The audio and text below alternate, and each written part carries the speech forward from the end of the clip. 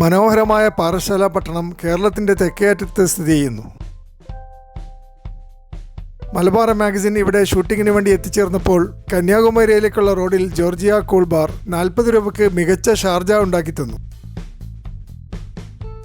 ധാരാളം റെസ്റ്റോറൻറ്റുകൾ നഗരത്തിൻ്റെ എല്ലാ ഭാഗങ്ങളിലും കാണുവാൻ പറ്റി.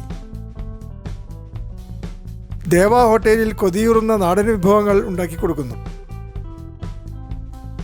അതുപോലെ കിങ്സ് റെസ്റ്റോറൻറ്റ് പൊറോട്ടയും ചപ്പാത്തിയും ചിക്കൻ വിഭവങ്ങളുമാണ് നൽകുന്നത്. ഊണുപുര റെസ്റ്റോറൻറ്റിൽ വീട്ടിലെ ഊണ് നൽകുന്നു. റഹ്മത്ത് ഹോട്ടൽ കാറ്ററിംഗ് സർവീസും ഡോർ ഡെലിവറിയും ഓഫർ ചെയ്യുന്നുണ്ട്. SK ഹോട്ടൽ ഫിഷ് ടാങ്ക് സൈസിലുള്ള ഒരു അലമാരി ഉണ്ടാക്കിയത് കൊണ്ട് ലഭ്യമായ വിഭവങ്ങൾ റോഡിൽ നിന്ന് തന്നെ കാണുവാൻ പറ്റുന്നുണ്ട്. സാൻ കഫേ ഒരു ന്യൂ ജനറേഷൻ റെസ്റ്റോറൻ്റ് ആണ്. മൊജിത്തോ, മോമോസ്, ബർഗേഴ്സ്, ഫലൂദ എന്നിവ നൽകുന്നു. ധാരാളം ബേക്കറികളും നഗരത്തിൻ്റെ എല്ലാ ഭാഗങ്ങളിലും കാണുവാൻ പറ്റും. ചെറുപ്പക്കാർക്ക് ബേക്കറി ഭക്ഷണത്തോടും ഐസ്ക്രീം ഷോപ്പുകളോടുമാണ് കൂടുതൽ താല്പര്യം. അതുകൊണ്ട് തന്നെ നഗരത്തിൽ ധാരാളം ആശുപത്രികളും കാണുവാൻ പറ്റി. എവിടെയുണ്ടോ ബേക്കറി അവിടെയുണ്ട് ആശുപത്രി എന്നാണ് പ്രമാണം. ഗവൺമെൻറ് ആശുപത്രിയും സരസ്വതി ആശുപത്രിയും SP ആശുപത്രിയും സിദ്ധ ആശുപത്രിയും ആയുർവേദ ആശുപത്രിയും മെഡിക്കൽ കോളേജും ഇവിടെയുണ്ട്. കേരളത്തിൻ്റെയും തമിഴ്നാടിൻ്റെയും അതിർത്തിയിലാണ് പാറശാലയുടെ സ്ഥാനം. തിരുവനന്തപുരത്ത് നിന്നും 34 കിലോമീറ്റർ യാത്ര ചെയ്താൽ പാറശാല പട്ടണത്തിൽ എത്തിച്ചേരാൻ പറ്റും.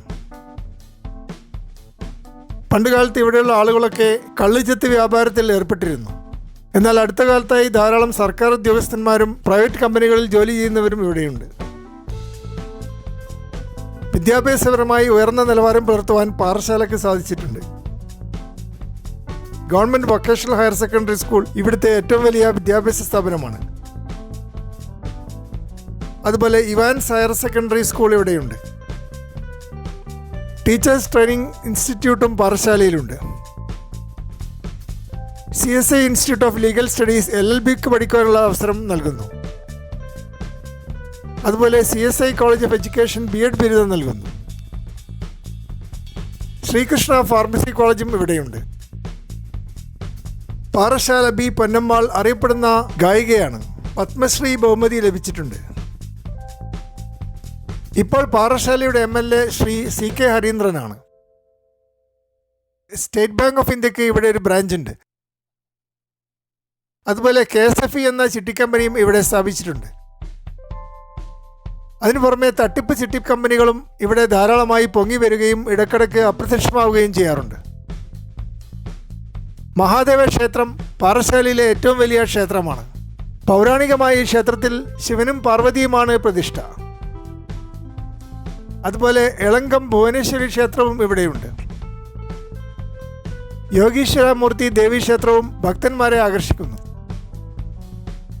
നഗരമധ്യത്തിൽ തന്നെ മനോഹരമായ ഒരു വെളുത്ത ജുമാ മസ്ജിദും കാണുവാൻ പറ്റും. അതുപോലെ abs memorial church London missionary society ഉണ്ടാക്കിയതാണ്. ക്രിസ്ത്യൻ തീർത്ഥാടന കേന്ദ്രമായ തെക്കൻ കുരിശുമലയും പാറശാലയുടെ അടുത്താണ്.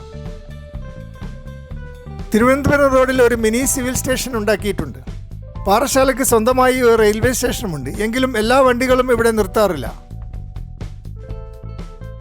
മികച്ച ലോഡ്ജുകളും പാറശാല നഗരത്തിൽ കാണുവാൻ പറ്റും. ഹോട്ടൽ പ്രശാന്തി 1000 രൂപയ്ക്ക് മുറികൾ കൊടുക്കുന്നു. അതുപോലെ സ്റ്റാർ ലോഡ്ജ് 700 രൂപയ്ക്ക് മുറികൾ കൊടുക്കുന്നു. പാറശാലയിൽ നിന്ന് തിരുവനന്തപുരത്തേക്ക് പോകുന്നത് ധനുവച്ചപുരം, അമരവിള, നെയ്യാറ്റിൻകര, നേമം വഴിയാണ്. കന്യാകുമാരി റോഡിൽ കളിയക്കാവിള ചെക്ക് പോസ്റ്റ് കേരളവും തമിഴ്നാടും തമ്മിലുള്ള അതിർത്തി നിശ്ചയിക്കുന്നു. പാറശാലയിലെ ഹരേകൃഷ്ണ ക്ഷേത്രം പേരും പ്രശസ്തിയും നേടിയിട്ടുണ്ട്.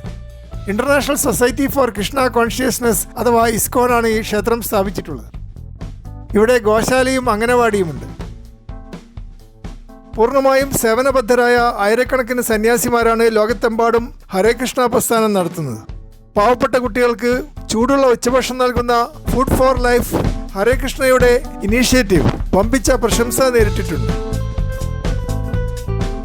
അടുത്ത കാലത്തായി ബംഗ്ലാദേശിൽ ഇസ്ലാമിക തീവ്രവാദികൾ നടത്തിയ അക്രമങ്ങളിൽ ഹരേകൃഷ്ണ ടാർഗറ്റ് ചെയ്യപ്പെട്ടത് എല്ലാവരെയും അത്ഭുതപ്പെടുത്തിയിട്ടുണ്ട്.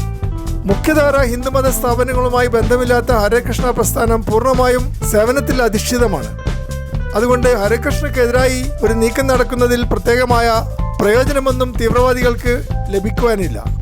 ബംഗ്ലാദേശിലെ ജമാഅത്തെ ഇസ്ലാമിയുടെ പ്രതിച്ഛായ നശിപ്പിച്ച ഒരു സംഭവമാണ് ഹരേകൃഷ്ണ സ്വാമിമാരുടെ നേരെ നടന്ന അതിക്രമങ്ങൾ.